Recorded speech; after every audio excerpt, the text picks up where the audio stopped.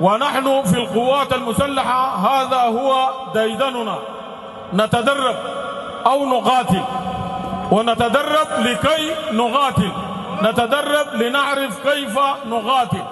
وإذا سألونا كيف نقاتل نجيب بأننا نقاتل كما تدربنا.